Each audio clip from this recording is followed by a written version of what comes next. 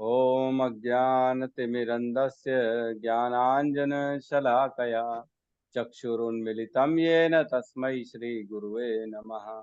श्रीचैतन्यमनोभीष्टं स्थापितं येन भूतले स्वयं रूपः कदा मह्यं ददाति स्वपदान्तिकं। वन्देऽहं श्रीगुरौ श्रीयुतपदकमलं श्रीगुरून् वैष्णवांश्च श्रीरूपं सागरजातं सहगण रघुनाथान्वितं तं सजीवं साद्वैतं सावधूतं परिजन सहितं कृष्ण चैतन्य देवम श्री राधा कृष्ण पादान सहगण ललिता श्री विशाखान्वितांश्च। हे कृष्ण करुणा सिंधु दीनबंधु जगतपते गोपेश गोपिका कांत राधा कांत नमस्तुते।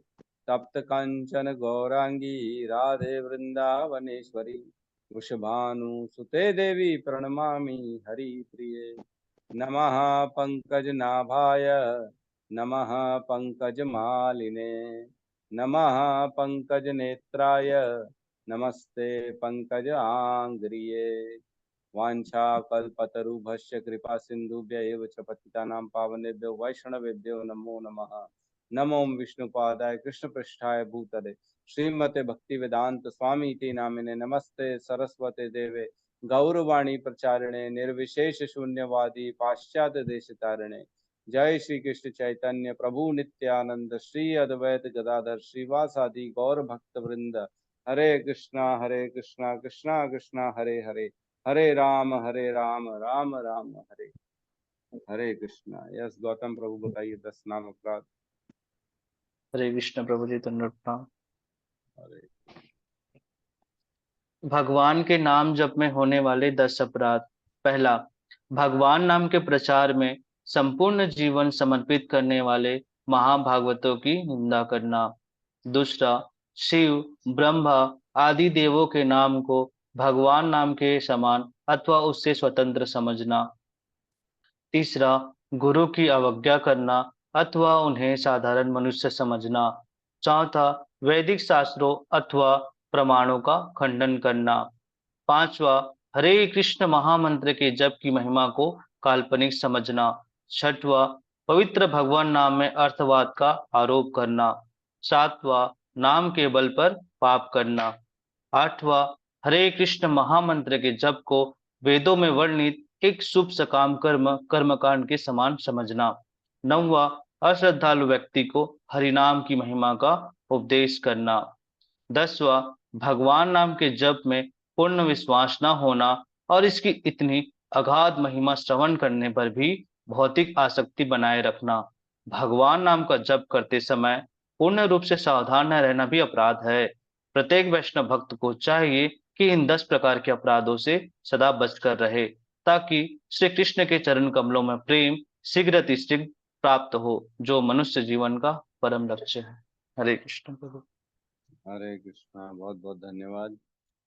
परम लक्ष्य याद रखिए, शीघ्र अतिशीघ्र भगवान के चरण कमलों में प्रेम की प्राप्ति। ठीक है, तो प्रवेश करते हैं आज के सत्र में। कल हमने 2 दिन अच्छे से पूरा रिवीजन कर लिया 18वां अध्याय, जिसमें तीनों गुणों में सब ज्ञान, कर्ता, कर्म और सारी चीजें बताई गई, सतोगुण, रजोगुण और तमोगुण में। ठीक है, तो मेरे ख्याल से इसमें संशय नहीं है। कल लास्ट जो हमने किया सात्विक कर्ता हमने चर्चा करी। अब जो है राजसिक कर्ता और तामसिक कर्ता पे आएंगे हम। ठीक है, तो ये जो है ना, एक श्लोक है हमारा 18 नंबर। ज्ञानम ज्ञेयम परिज्ञाता त्रिविधा कर्म चोदना करणम कर्म करते कर्ता इति त्रिविधा कर्म संग्रह। तो इसमें ज्ञान, ज्ञेय और ज्ञाता, करणम कर्म और कर्ता, इनकी चर्चा करी थी। जो कर्म के मूल कंटेंट हैं जिससे कर्म होता है, ज्ञान, ज्ञेय और ज्ञाता, ये ज्ञान योग से रिलेटेड है। और कर्म, करणम कर्म और कर्ता, ये कर्म योग से रिलेटेड है ना। तो पहले ज्ञान होता है, उसके बाद कर्म होता है ना। पहले कोई भी चीज का नॉलेज होता है, फिर उसको कर्म किया जाता है। तो ज्ञान योग की जब बात करेंगे, ज्ञान, ज्ञेय और ज्ञाता, तब कोई क्रिया नहीं होती। इस स्टेज में कोई क्रिया नहीं होती। इस स्टेज में प्लानिंग होती है, नॉलेज होता है कि किस प्रकार कोई भी कार्य को करना है, उससे मिलने वाला क्या है, उसका रिजल्ट क्या है, उससे मेरा बेनिफिट क्या है, कैसे किया जाएगा, क्या क्या उसमें सामग्री लगेगी, किस समय किया जाएगा और किन किन से द्वारा कराया जाएगा, कौन सी मतलब क्या बेनिफिट है, मतलब सारी चीज प्लानिंग, थॉट प्रोसेस और जो है ये सारी चीजों को ज्ञान योग कहते हैं। ठीक है, जब नॉलेज मिला, ओहो हो ये ऐसा करना है क्या, ओ अच्छा, इसके लिए तो अपने को और दो चार चीजें क्लियर करनी है, तो फिर और फोन लगा रहे चार लोगों को, प्रभु जी ये कैसे होगा वो कैसे होगा। तो नॉलेज इकट्ठा करना बेसिकली ज्ञान योग है ना। तो ये ज्ञान योग का 3 स्टेजेस है, ज्ञान, ज्ञेय और ज्ञाता। ठीक है, यहाँ पे एक्चुअल में क्रिया नहीं हो रही है, यहाँ पे सिर्फ क्रिया करने की प्लानिंग हो रही है। ठीक है, अब जब प्लानिंग कंप्लीट हो जाती है, ज्ञान पूरा आ जाता है, अब आता है इम्प्लीमेंटेशन पे। अब चलो भैया, अब हम तैयार है पूरी तरह से काम करने के लिए, तब काम किया जाता है, चाहे छोटा से छोटा काम क्यों ना हो, चाहे खाना बनाना ही क्यों ना हो, प्रसाद पकाना ही क्यों ना हो। पहले नॉलेज होता है बनाना कैसे है, कहाँ बनाना है, कितना बनाना है, कितने लोगों के लिए बनाना है, मीठा बनाना है, खट्टा बनाना है, कड़वा बनाना है, जल में बनाना है, तेल में बनाना है, घी में बनाना है, ये सारी चीजों की प्लानिंग हो रही है। अब आते हैं क्रिया पे, जब ज्ञान योग कंप्लीट हो जाता है तब एक्चुअल क्रियान्वित किया जाता है उसको, तब ये कर्म योग याद आता है, कर्म योग आता है। तब तब सबसे पहले इंद्रियां काम करती हैं, इंद्रियों के द्वारा ही हम उस कर्म तक, क्रिया को एक्चुअल में कर पाएंगे। तो इंद्रियां हैं कि नहीं है, कौन सी इंद्रियों का कार्य कहाँ पे रहेगा, ये सारी चीजें हो गई। फिर उस इंद्रिया से एक्चुअल कर्म करना, पैरों से चल के जाना, हाथों से उसको हिलाना, आंखों से देखना, जो भी है मन से उसमें जो है ना अपने भाव को डालना, इस तरह से, और आखिरी में करता। ठीक है, तो जो करने वाला है वही नहीं होगा तो क्रिया कहाँ से होगी। तो ये, तो इसमें भगवान ने ज्ञान का तीनों गुण में ज्ञान को बताया कि सात्विक गुण, सात्विक ज्ञान क्या होता है, राजसिक ज्ञान क्या होता है और तामसिक ज्ञान क्या होता है। फिर भगवान ने कर्म को बताया, सात्विक कर्म क्या होता है, राजसिक कर्म क्या होता है, तामसिक कर्म क्या होता है। फिर भगवान अब कर्ता पे बता रहे हैं कि राजसिक कर्ता क्या होता है, तामसिक कर्ता क्या होता है और सात्विक कर्ता क्या होता है। तो कर्ता हमने सात्विक कर्ता कर लिया था कल, 18.26, इसमें कहते हैं जो व्यक्ति भौतिक गुणों के संसर्ग के बिना अहंकार रहित, है ना, संकल्प तथा उत्साह पूर्वक अपना कर्म करता है और सफलता अथवा असफलता में अविचलित रहता है, वह सात्विक कर्ता कहलाता है। बेसिकली सात्विक कर्ता को मतलब सक्सेस और फेलियर से कोई लेना देना नहीं है, वो ओनरशिप नहीं करता कि करने वाला मैं हूं, और उत्साह पूर्वक अपना कर्म अपना कर्तव्य समझकर करता है। ठीक है, तो इस तरह का सात्विक करता है। अब राजसिक कर्ता जस्ट इसका अपोजिट मान के चलिए, राजसिक कर्ता के श्लोक में हो जाते हैं, साथ में दोहराएंगे 18.27। रागी कर्म फल प्रेप्सु, रागी कर्म रागी फल कर्म फल प्रेप्सु, प्रेप्सु, लुब्ध हिंसा आत्मकः शुचि, लुब्ध लुब्ध हिंसा हिंसा आत्मको आत्मकः शुचिः। शुचि, हर्ष शोक आन्वितः कर्ता, हर्ष हर्ष शोक शोकान्वितः अन्वितः कर्ता, कर्ता, राजसः परिकीर्तितः। राजसा राजसः परिकीर्तितः। परिकीर्तितः। रागी कर्म फल प्रेप्सु, रागी कर्म फल प्रेप्सु, लुब्ध हिंसा आत्मकः अशुचि, लुब्ध हिंसात्मको शुचिः। हर्ष शोक अवंतितः कर्ता, हर्ष शोकान्वितः कर्ता, राजसः परिकीर्तितः। राजसः परिकीर्तितः।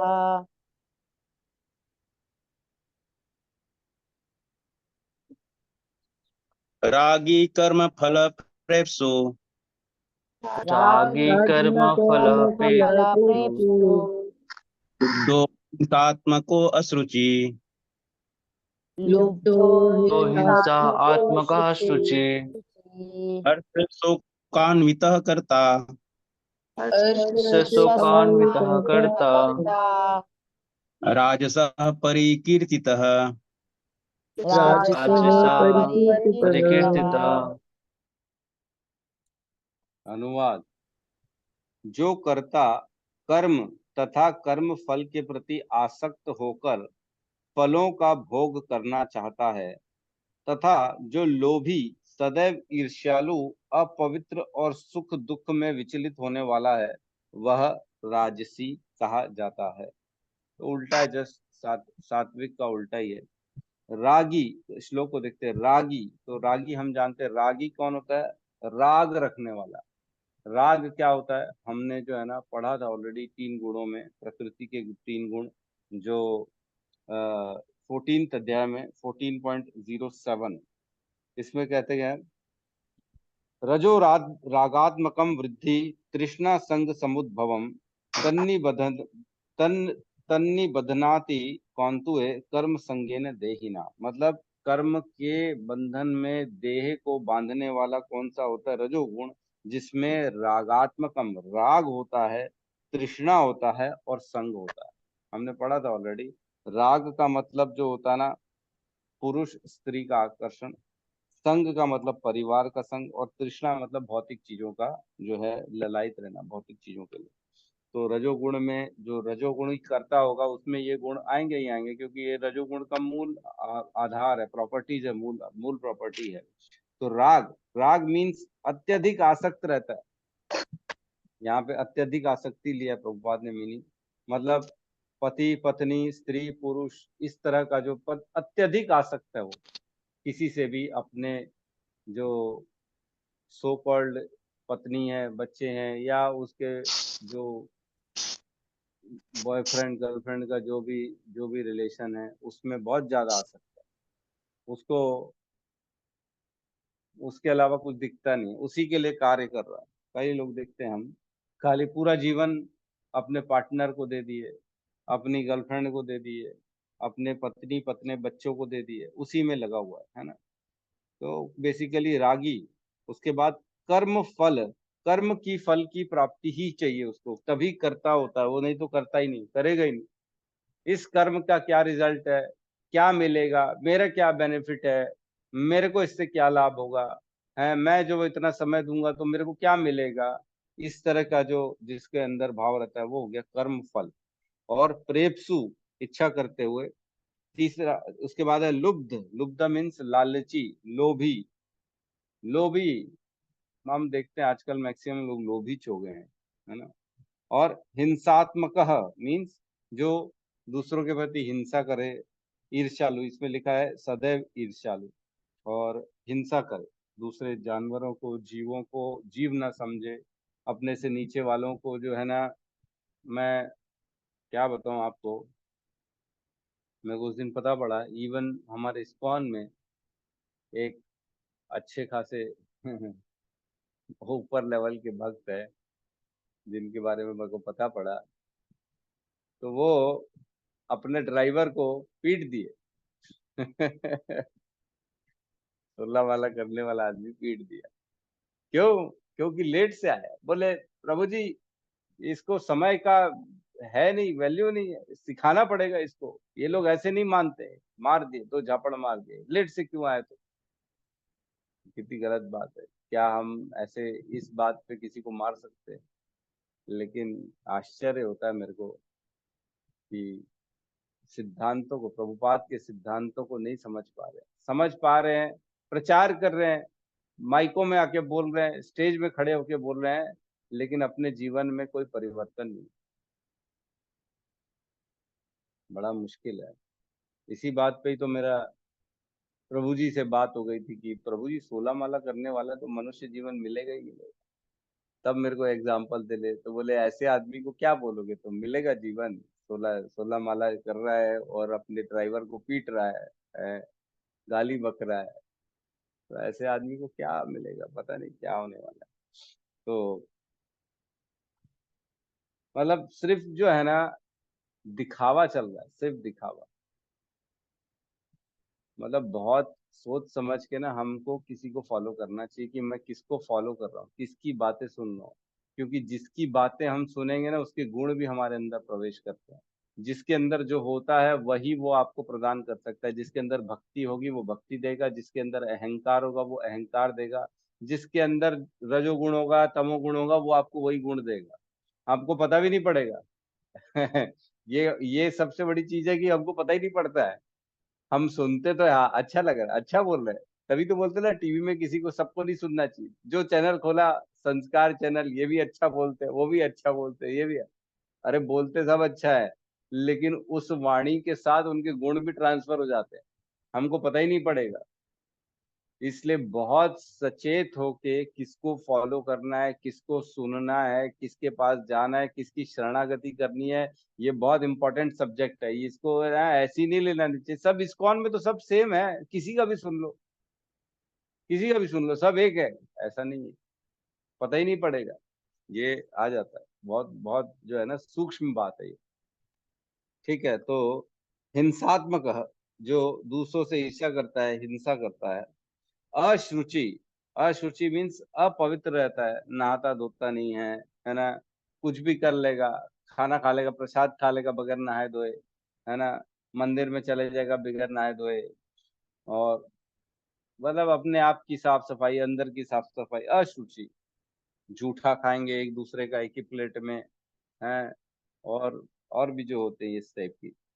हर्ष शोक अन्वितः मीन्स हर्ष में खुश हो जाता है, यस यस मैंने कर डाला, मैंने कर दिया, देखा देखा, 10 लोगों को बताएगा, फेसबुक में फोटो खींच के देखा, देखा मेडल जीता मैंने, देखा प्रभु जी आई डिड इट, है ना, 10 जगह लोगों को बताएगा मैंने किया, हर्ष हो रहा है। और वहीं फिर शोक भी हो रहा है, ओहो ओहो दारू पी रहा है, मैंने क्या कर दिया, मेरे से नहीं हो पाया, अब मैं परेशान हूँ, मैं दुखी हूँ। तो हर्ष में ज्यादा सुखी होना और शोक में ज्यादा दुखी होना, ये उसका काम है रजोगुणी व्यक्ति का। कर्ता राजस परिकीर्तिता, ऐसा कर्ता जो है ना वो राजसी होता है। तो बेसिकली जैसे अपने आप को जो महान बताते हैं ना, मैं कितना महान हूँ, देखा मैं करने वाला हूँ, राजसी गुणों के द्वारा। इवन भक्तों में भी ये है, भक्ति में भी आ जाते हैं, लेकिन चाहते कि मेरा गुणगान, मेरी प्राइड हो। जहां अगर प्राइड आ गई ना, जहां अपना अहंकार आ गया, जहां मैं वाली भावना आ गई ना, वहां पे मान के चलिए कि शुद्ध भक्ति तो प्रवेश करेगी नहीं करेगी। अनेक अनेक कल्पों तक जो है ना हमारे कर्म इंतजार करते हैं। जो भी हम कर्म करते हैं वो अनेक कल्पों तक वेट करते हैं कि कब सही समय आए और मैं इसको रिजल्ट दूं। और मैं एक लेक्चर में सुन रहा था, जिस भी भक्त में प्राइड होता है ना, जिस भी भक्त में अहंकार होता है, जिस भी भक्त में मैं करता अहम इति मन्यते, जो ऐसा सोचता है ना, उसके लिए तो वृंदावन में कोई जगह ही नहीं। राधा रानी उसको प्रवेश करने नहीं देती है वृंदावन। भौतिक इस संसार में ये यूपी के वृंदावन में तो चला जाएगा, लेकिन भगवान के गोलोक वृंदावन में उसके पास कोई जगह नहीं जा पाएगा, वहां प्रवेश नॉट अलाउड, दूर रखते हैं उसको। तो कई लोग सोचते हैं ये जीवन मिला है, इसका उपयोग कर लें, पूरा यूज कर लिया जाए। प्रभु जी जीवन मिला ना, इसको यूज करो, एंजॉय करो, है ना। एक दो कहावत भी आती है, enjoy life before it melts, जैसे आइसक्रीम पिघल जाती है उसके पहले उसको खा लो, नहीं तो पूरा मजा किरकिरा हो जाएगा। वैसे ही इंग्लिश में बोलते हैं कि लाइफ को भी एंजॉय कर लो, जाने से पहले, मरने से पहले पूरा एंजॉय कर लो। तो लोगों की ये फंडामेंटल होता है, लेकिन हमारे भक्त जो है इस्कॉन में, प्रभुपाद कहते हैं हाँ सही है, लाइफ तो जाने वाली है, लेकिन इससे भक्ति कर लो, समय रहते भक्ति कर लो, नहीं तो ये चली जाएगी, तो फिर अनेक अनेक अनेक कल्पों तक पता नहीं कब भगवान की करुणा दृष्टि होगी उस आत्मा पे, और दोबारा मनुष्य योनि मिलेगी। अदरवाइज मनुष्य योनि मिलने वाली ही नहीं है। मतलब अगर कोई ऐसा सोचे कि मृत्यु के बाद दोबारा मेरे को मनुष्य योनि मिलेगी, तो ये बहुत बड़ी भूल है उसकी, बहुत बड़ी भूल है। मृत्यु के बाद इस कल्प, इस चतुर्युगी में भी जीवन मिल जाए मनुष्य का तो बड़ी बात है। पता नहीं कितने चतुर्युगी निकलेंगे, कल्प निकल जाएगा पूरा का पूरा, मनवंतर निकल जाएंगे, तब जाके दोबारा मनुष्य योनि मिलेगी, पता नहीं कब। ये तो पुण्य हो गए, कभी किसी की करुणा हो गई, किसी को गलती से प्रसाद पा लिया जानवर होते हुए, कभी अगर वृक्ष पौधा बने, फूल निकल गया और किसी ने भगवान के चरण में डाल दिया उस पौधे को, तब जाके दोबारा मनुष्य योनि मिल जाएगी, नहीं तो फिर नहीं मिलने वाली, है ना। कुत्ता बन गए, किसी का गलती से प्रसाद गिर गया और वो खा लिए, तब मनुष्य योनि मिल जाएगी, नहीं तो नहीं मिलने वाली। मतलब जो रेगुलर रूटीन में अगर बात करें तो मनुष्य योनि नहीं मिलने वाली, बहुत मुश्किल है। ठीक है, तो हम प्रवेश करते तात्पर्य में। तात्पर्य शील प्रभुपाद की जाए तो 6 चीजें बताई गई यहाँ पे। रागी, कर्मफल, लोभी, हिंसात्मक, अशुचि और हर्षशोक, ये 6 चीजें बताई गई है राजसिक कर्ता का गुण। ठीक है, तात्पर्य शील प्रभुपाद। मनुष्य सदैव किसी कार्य के प्रति या फल के प्रति इसलिए अत्यधिक आसक्त रहता है क्योंकि वह भौतिक पदार्थों, घर बार, पत्नी तथा पुत्र के प्रति अत्यधिक अनुरक्त रहता है। तो ये रागी के बारे में बताया गया है। भौतिक पदार्थों, घर बार, पति पत्नी, पुत्री पुत्र, इनके प्रति बहुत ज्यादा आसक्त होता है, इसलिए वो सारे कर्म करता है। तो ये रागी रागी हो गया पहला वाला। उसके बाद कहते हैं ऐसा व्यक्ति जीवन में ऊपर उठने की आकांक्षा नहीं रखता, उसमें आध्यात्मिक उन्नति का कोई गुण नहीं रहता। वो सोचता ही नहीं है कि मैं क्यों जन्म मिला है, मेरे को करना क्या है, जीवन का उद्देश्य क्या है, क्या पाप को भोगना पड़ेगा, क्या नर्क भी होता है, ये सब चीजें सोचता ही नहीं। अरे कर लो कर लो, बस कर लो कर लो। वह इस संसार को यथासंभव आरामदेह बनाने में ही व्यस्त रहता है। अपने शरीर को आराम देना, है ना, दुखों सुखों को बढ़ाना, दुखों को दूर करना, भौतिक संसार का ये गुण है। बद्ध अवस्था किसको कहते हैं?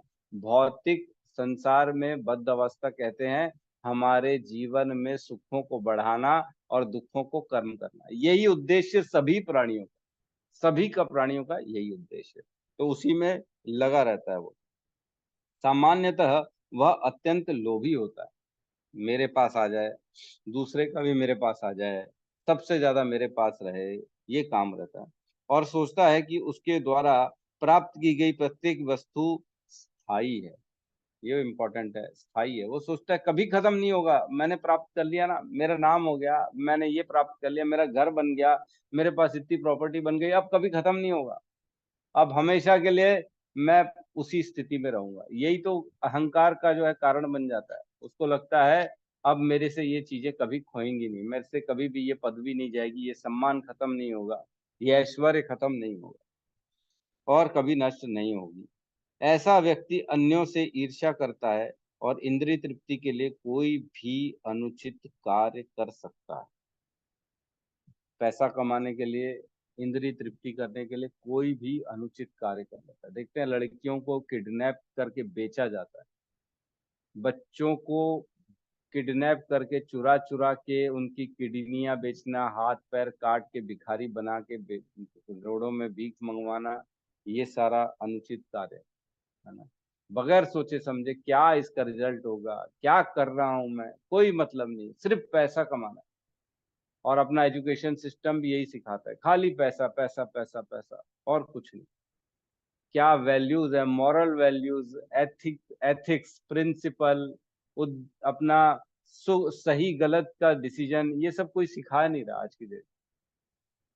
कुछ भी कुछ सिखा रहे, कोई सब गलत हो रहा है, गलत दिशा में हमारा जो है एजुकेशन सिस्टम चल रहा है। अनुचित कार्य करते हैं, कुछ भी कुछ कर लेते हैं पैसा कमाने के। अतः वैसा व्यक्ति अपवित्र होता है और वह इसकी चिंता नहीं करता कि उसकी कमाई शुद्ध है या अशुद्ध।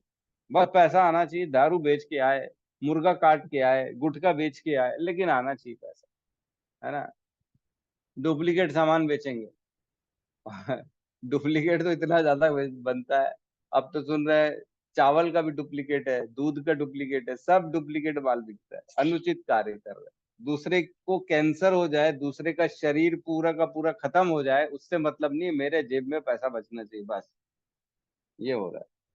ठीक है, यदि उसका कार्य सफल हो जाता है तो वह अत्यधिक प्रसन्न, और असफल होता है तो अत्यधिक दुखी हो जाता है।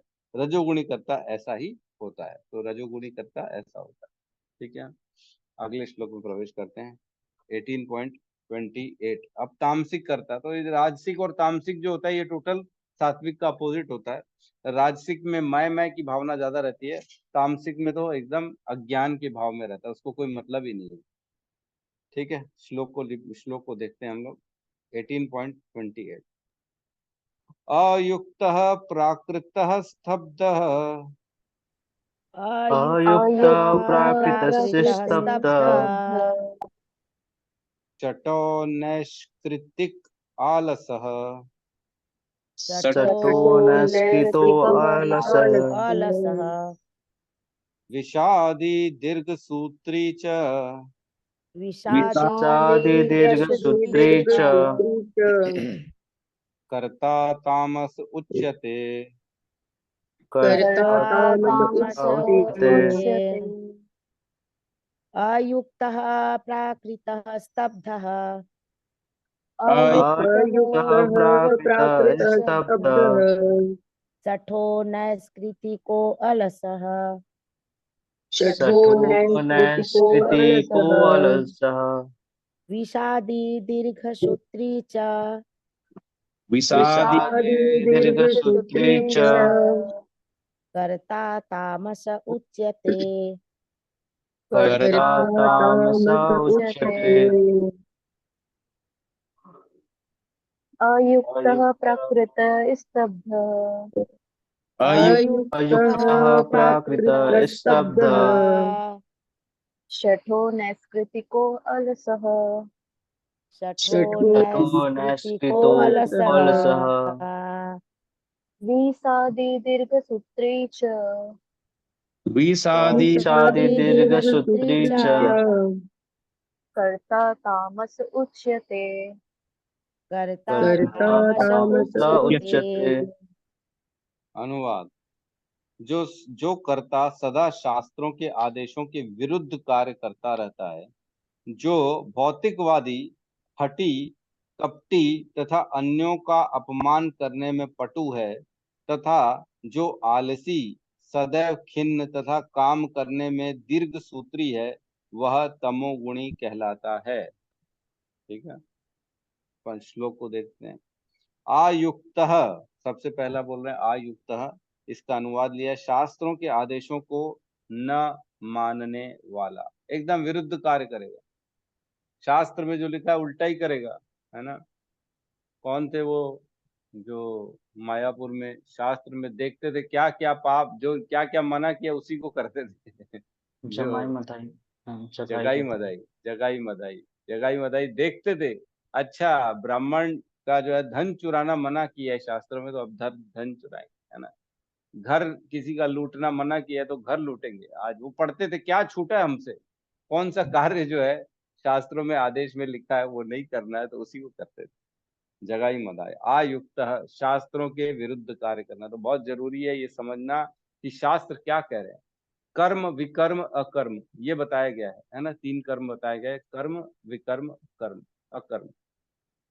कर्म तो सकाम कर्म होता है, विकर्म वो होता है जो शास्त्रों के आदेशों के अगेंस्ट होता है, जो शास्त्र में नहीं कहा गया। किसी के साथ गलत बोलना, झूठ बोलना, पाप करना, चोरी डकैती करना, है ना, अपने धर्म, अपने कर्तव्यों से विमुख होना, ये सारी चीजें शास्त्र के विरुद्ध है। इसको जो नहीं करता है, आगे प्राकृतः, प्राकृतः मतलब मीन्स यहाँ पे लिखा है भौतिकवादी।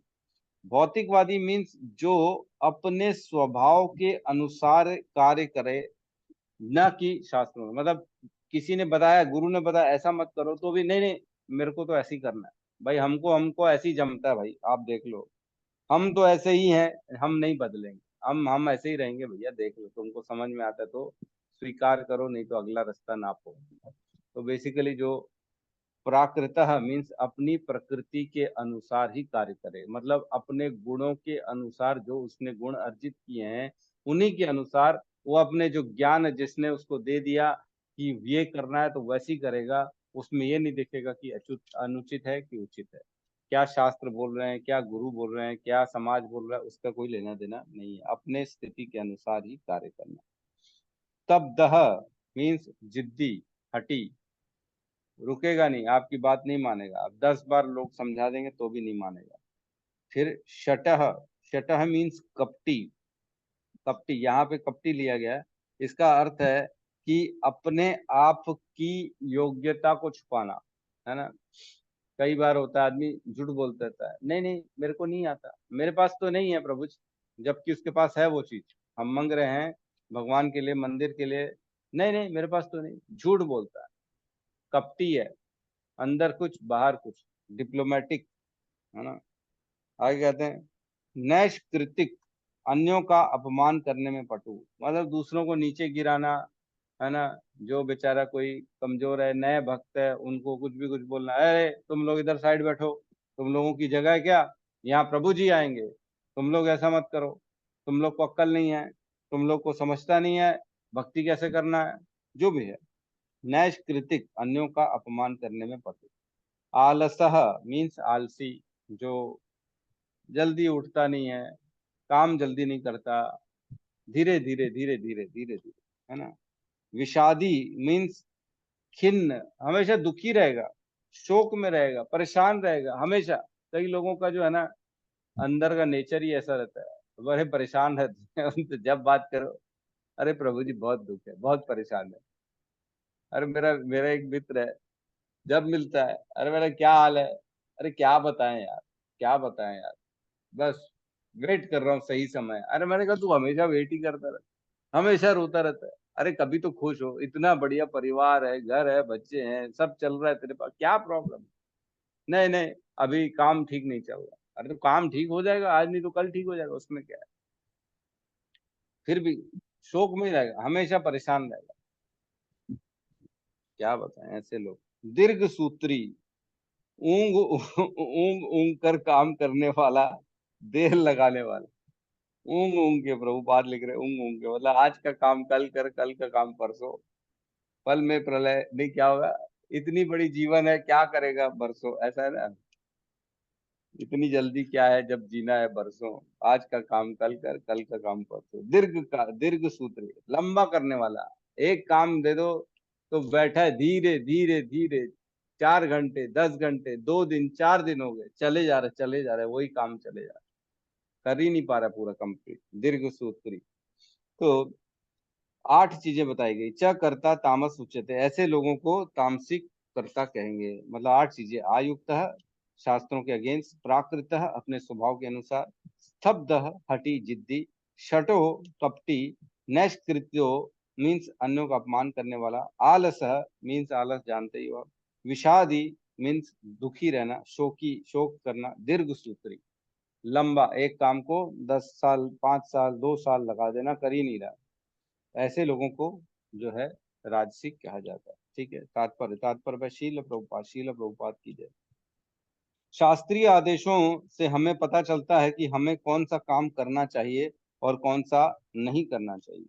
जो लोग शास्त्रों के आदेशों की अवहेलना करके अकरणीय कार्य करते हैं, प्रायः भौतिकवादी होते हैं। तो हमने पढ़ा है शास्त्रों के अगेंस्ट कार्य नहीं करना है हमारे को। यह शास्त्र विधि उत्सृज्य वर्तते काम कारतः, न स सिद्धिम आपनोति न सुखाम न पराम गति। उसको किसी भी प्रकार की कोई सिद्धि नहीं मिलेगी, न सुख मिलेगा, न परम गति मिलेगी, न इस जीवन में मिलेगी, न अगले जीवन में मिलेगी, जो शास्त्र के विरुद्ध कार्य करेगा, है ना।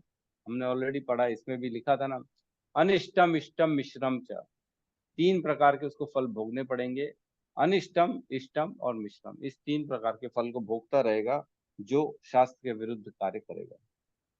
वे प्रकृति के गुणों के अनुसार कार्य करते हैं, शास्त्रों के आदेशों के अनुसार नहीं करते। तो ये प्राकृतः का मतलब हो गया कि अपने गुणों के अनुसार कार्य करना। कोई बता रहे प्रभु जी माँ नहा धो के फिर भगवान के लिए प्रसाद बनाया करो, ऐसा अच्छा नहीं है, तो मानेगा नहीं। अरे भैया हम ऐसे ही बनाते हैं, बस तुम अपना घर देखो, हमको ऐसे ही बनाना है, नहीं मानेगा आपकी बात। मैं तो ऐसे ही हूँ, मैं तो ऐसे ही बनाऊंगा, बिना नहाए धोए ही बनाऊंगा। ठीक है बनाओ, हम क्या कर सकते हैं, नहीं मानोगे तो। इस प्रकार के लोग शास्त्रों, ऐसे कर्ता भद्र नहीं होते और सामान्यतः सदैव कपटी धूर्त तथा अन्यों का अपमान करने वाले होते हैं। वे अत्यंत आलसी होते हैं, काम होते हुए भी उसे ठीक से नहीं करते और बाद में करने के लिए उसे एक तरफ रख देते हैं, अतः वे खिन्न रहते हैं। टाइम पास करेगा, दुखी अपने आप को, कई लोग रहते हैं, मैं देखा हूँ, अपना दुखड़ा रोते रहते हैं और लोगों की सहानुभूति पाते रहते हैं। ये लोगों का हथियार बन गया कई लोगों का, हमेशा मैं परेशान हूँ, मैं ये हूँ, मेरे साथ ये तकलीफ है, मेरे साथ ये हो गया, मेरे को धोखा मिल गया, मेरे को ये किसी ने बोल दिया। अरे ठीक है भैया, तुम अपना जीवन तो देखो, क्या इसी का गाना गाना, खाली एक ही रोना रोना। जो काम 1 घंटे का हो सकता है उसे वे वर्षों तक घसीटते जाते हैं। वे दीर्घ सूत्री होते हैं। तो प्रभुपाद लिख रहे 1 घंटे का काम जो होता है ना वो वर्षों तक खींचते हैं। ऐसे लोग जो है तमोगुणी कर्ता कहलाते हैं। ठीक है, तो इजी है। तमोगुणी बेसिकली उल्टा ही है। जो सतोगुणी है उसके उल्टे हैं राजसिक और तामसिक। ठीक है, तो अगले श्लोक को हम देख लेते हैं एक बार फटाफट। ये 29 भी हो जाएगा, इसमें कुछ भी खास नहीं। बुद्धेर्भेदम धृतेश्चैव बुद्धे बुद्धे भेदम बुद्धेर्भेदं धृतेश एव धृतेश्चैव गुणतः गुणतः त्रिविधं शृणु। गुणतः त्रिविधं त्रिविधम शृणु शृणु प्रोच्यमानं प्रोच्यमानमशेषेण प्रोच्यमानम प्रोच्यमानमशेषेण अशेषेण पृथक्त्वेन धनंजय। पृथक्त्वेन पृथक्त्वेन धनंजय। धनञ्जय। बुद्धे बुद्धिर्भेदं धृते च एव बुद्धिर्भेदं भेदम धृतेश धृतश्चैव एव गुणतः त्रिविधं शृणु। गुणतः गुणतम गुणतः त्रिविधं शृणु त्रिविधम शृणु शृणु प्रोच्यमानम् अशेषेण प्रोच्यमानं प्रोच्यमानम अशेषेण नमशेषेण पृथक्त्वेन धनञ्जय। पृथक्त्वेन पृथक्त्वेन धनञ्जय। धनंजय। बुद्धिर्भेदं धृतिश्चैव बुद्धे बुद्धेर्भेदं धृतश्चैव गुणतत्त्रिविधं शृणु गुणः गुणतः त्रिविधं शृणु शृणु यमानं शेषेण रोच्यमानं शेषेण पृथक्त्वेन धनञ्जय। पृथक्त्वेन धनञ्जय। अनुवाद। हे धनंजय, अब मैं प्रकृति के 3 गुणों के अनुसार तुम्हें विभिन्न प्रकार की बुद्धि तथा धृति के विषय में विस्तार से बताऊंगा, तुम इसे सुनो। है ना। बुद्धिर्भेदम धृतश्च एव। बुद्धि का भेद, बुद्धिर्भेदम धृतिश्च एव। बुद्धि और धृति, इनके भेदों के बारे में अब वर्णन करूंगा। है ना। गुणात त्रिविधम शृणु, ये 3 गुणों से किस प्रकार प्रभावित होते हैं उनके बारे में मुझसे सुनो अब तुम। है ना। प्रोच्यम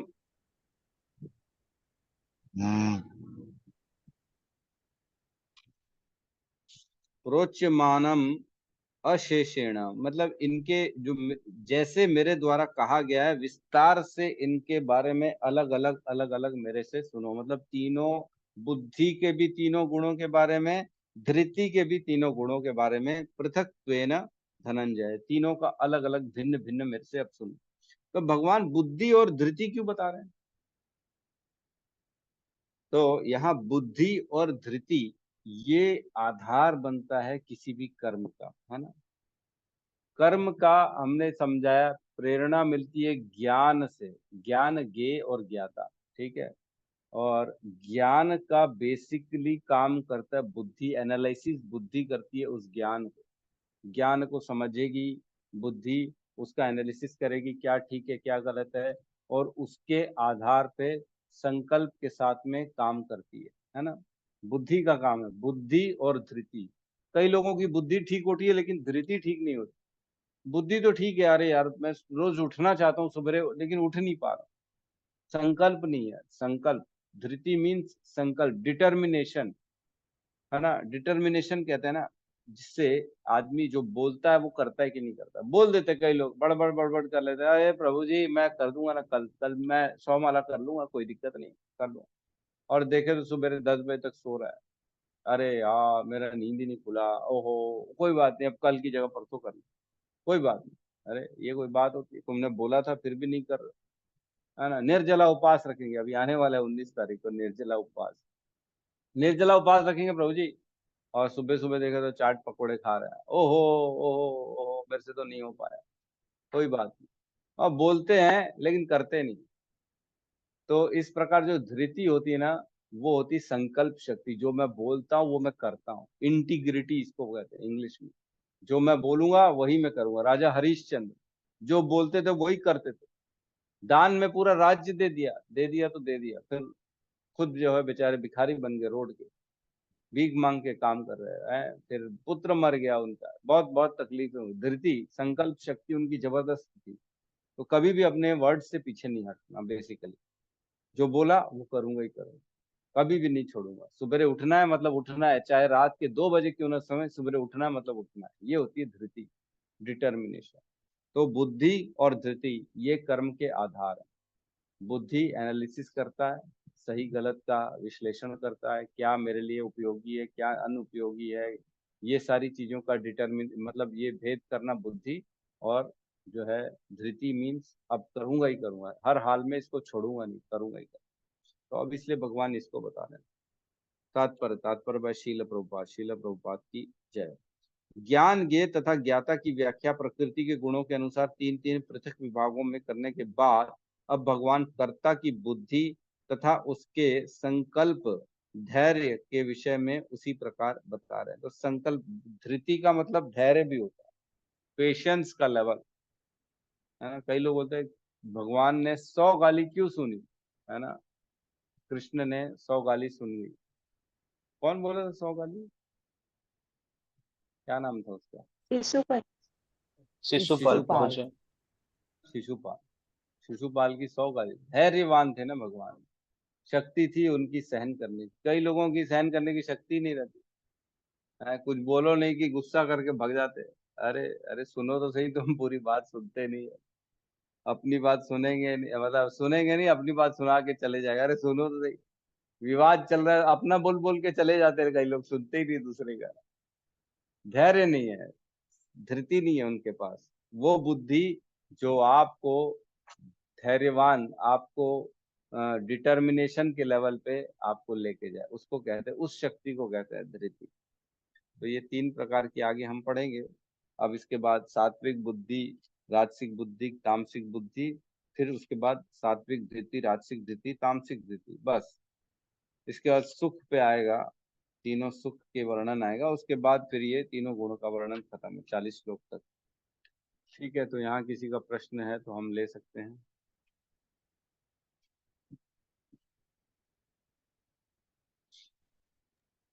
हरे हरे कृष्णा प्रभु जी, दंडवत प्रणाम।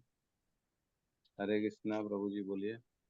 हाँ प्रभु जी, एक चीज हमने नोटिस किया, मतलब जैसे किसी की बातों का ना बहुत जल्दी हमारे ऊपर मतलब प्रभाव पड़ जाता है। मतलब नए टाइम से जैसे भक्ति करने का प्रयास भी करते हैं, लेकिन कहीं ना कहीं जैसे कहीं ना कहीं किसी की बातों का मतलब प्रभाव पड़ जाता है। तो प्रभु जी वो सब बातों का प्रभाव ना पड़े, तो उसके लिए मतलब किस तरीके से हम क्या प्रयास करें कि ज्यादा हमको वो सब चीजों से दूर हो जाए, कि कोई कुछ भी बोले तो हम उसको ना ले। उसके लिए आपको एसोसिएशन करना पड़ेगा, ऐसे एक दो लोगों का गाइडेंस में रहना पड़ेगा। कुछ लोगों के साथ क्या है, हमको ऐसे ऐसे जो लोग हैं ना, संग करना चाहिए, बहुत जरूरी है।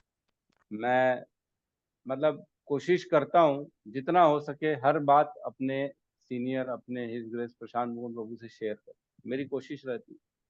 कहीं पे भी, घर का मैटर हो, पर्सनल मैटर हो, जैसा भी है, जहाँ पे भी लगता है कि मेरे को जो है ना शेयर करना चाहिए, कहीं इसमें कुछ गाइडेंस मिल सकता है, तो मैं जरूर शेयर करता हूँ उनसे। डिस्कशन करके उनसे उनके विचार जान के फिर मैं उसको करता हूँ। क्यों? क्योंकि हम जो होते हैं ना, क्या होता है मालूम, दूसरे के मैटर में ना आदमी बड़ा इजीली जो है ना गाइडेंस दे देता है, बड़ा इजीली उसको बता देता है। लेकिन जब खुद की बात आती है ना कहीं आदमी परेशान हो जाता है, उसको समझ में नहीं आता। जैसे कहते हैं ना, जब गेम खेला जाता है ना, जब क्रिकेटर बैट्समैन खेल खेलता है ना, तब दूसरे देखने वाले को तो लगता है अरे इतनी इजी बॉल थी, क्यों नहीं मार पाया, पागल है, एक कदम आगे बढ़ के मारना चाहिए, पीछे मारना चाहिए, ऐसा घुमा के मारना चाहिए। लेकिन जब खेलने जाओ ना तब पता पड़ता है एक्चुअल में तकलीफ क्या होती है। तो उसी प्रकार जब जिसका जीवन होता है ना, उसके जीवन में तकलीफ जब आती है या कुछ ऐसे डाउट आते हैं, तब बड़ा मुश्किल होता है उसके लिए सोचना। लेकिन जो दूसरा बाहर बैठा हुआ है ना, वो इजीली हमको गाइड कर देता है कि नहीं नहीं ये ठीक नहीं है, ऐसा करो वैसा करो। तो उसी प्रकार हमको दूसरे की बातों में या इसके ऐसी कोई भी परिस्थिति होती है ना, तो एक ऐसा गाइडेंस, ऐसा एक सीनियर रखना चाहिए हमारे साथ, जिससे हम शेयर कर सकें, ताकि हम गलत सही का प्रभावित ना हो किसी भी बातों पे। क्योंकि कई बार हम शास्त्र में कमजोर हैं, हम स्पिरिचुअली इतने कमजोर, हम कमजोर हैं, इतने ज़्यादा उन्नत नहीं हैं, तो वो हमको सही रास्ता बता देते हैं। तो कोशिश करें, पढ़ें और एसोसिएशन ऐसा करें। जी प्रभु जी, एक सवाल और था, मतलब इस टॉपिक का नहीं था।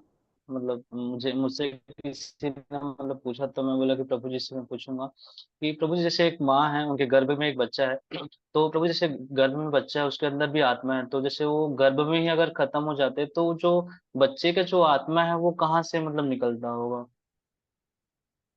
कहाँ से निकलेगा? मतलब जो है 9 द्वारों से निकलेगा। बच्चे के पहले 9 द्वार से निकलेगा, फिर माँ के 9 द्वार से निकल जाएगा। तो प्रभु जी, हमने सुना है जैसे आत्मा निकलती है तो बहुत तकलीफ होती है, चाहे मतलब जिस तरीके से बताते हैं उस तरीके से, तो फिर तो तकलीफ होगी ना, बच्चे को तो होगी ना। और माता जी, माँ को बच्चे नहीं होगा? नहीं, माँ को नहीं होगी ना, क्योंकि बच्चे के शरीर अलग है, माँ का शरीर अलग है।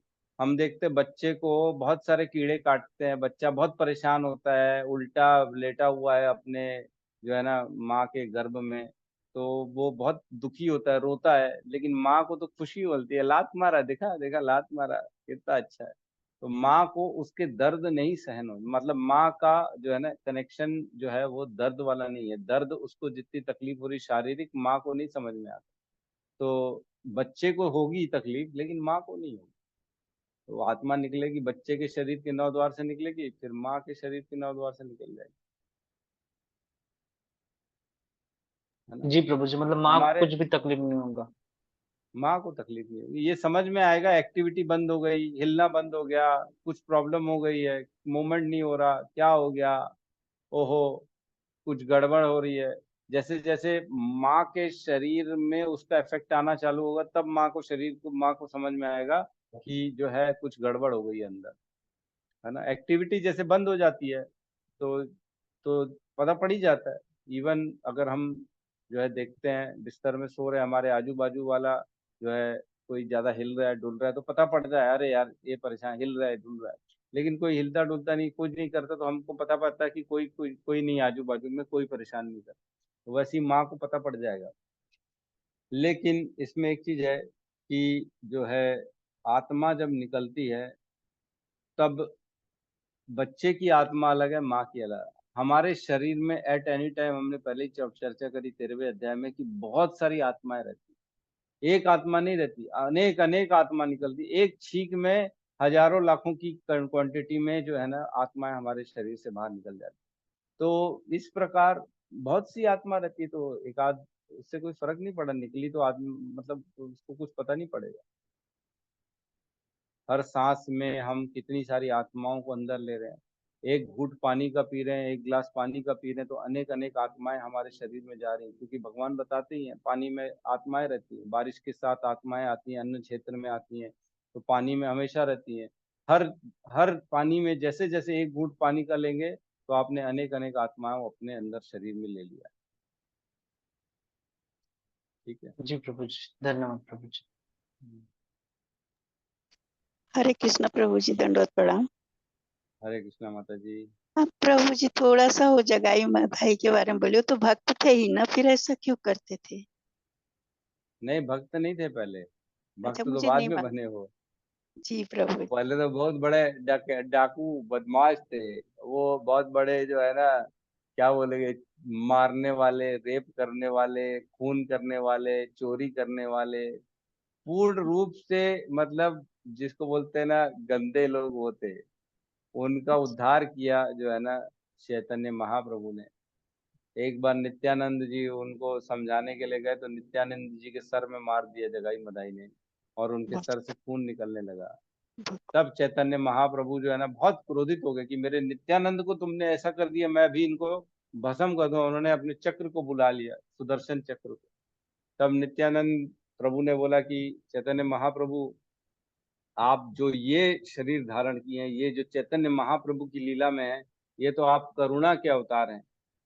इस अवतार में आप ये सब शस्त्र उठा के किसी का वध नहीं कर सकते हो। आप इसमें जो है ना भक्त हो, आप स्वयं जो है ना भगवान की लीला में नहीं हो, तो आप ये काम मत करो। तब चैतन्य महाप्रभु ने जगाई मधाई का उद्धार किया, उनको जो है ना फिर कृष्ण प्रेम दिया, उनको भगवान का नाम का आश्रय दिया तो उनका हृदय परिवर्तन हो गया और वो भी भक्त बन गए, बहुत बड़े भक्त बन गए। जी प्रभु जी, बहुत बहुत धन्यवाद। कितना अच्छा है ना। इतने बड़े गुंडे लोग भी भगवान की कृपा हुई तो अच्छे बन हाँ जाते हाँ हैं। हाँ, बिल्कुल बिल्कुल सबके ऊपर नहीं होता ना भगवान ऐसे। बिल्कुल बिल्कुल।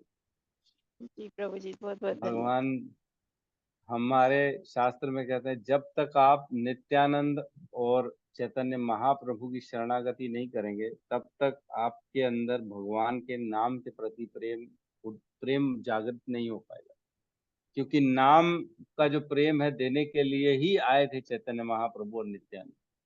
नाम में रुचि तभी आएगी जब हम उनका नाम लेंगे, हे प्रभु, हे चैतन्य महाप्रभु मुझ पे करुणा कर, नमो महावदन्याय कृष्ण प्रेम प्रदाय थे कृष्णाय कृष्ण चैतन्य नाम इन्हें गौरतुषे नमः। नाम का करुणा देने आए थे, महावदन्याय अवतार में आए हैं हम पे जो है ना कृपा करने के लिए आए, तो उनको प्रणाम करना चाहिए सबसे पहले और फिर भगवान का नाम लेना चाहिए।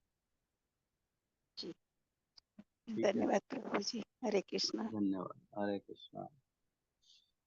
ठीक है, तो यहाँ पे हम क्लास को क्लोज करते हैं और सब मिलके हरे कृष्ण महामंत्र का जाप कर लेते हैं। हरे कृष्णा हरे हरे कृष्णा कृष्णा हरे कृष्णा कृष्णा कृष्णा कृष्णा हरे हरे हरे हरे हरे हरे राम हरे हरे राम हरे राम राम राम हरे हरे हरे। हरे। सभी भक्त वृंद की समस्त जय। भक्त की जय। जगत गुरु गुरु श्रील श्रील प्रभुपाद प्रभुपाद की की जय। जय। जय। हरि हरि हरि हरि हरि बोल। बोल, हरि हरे बोल। हरि। हरि हरि।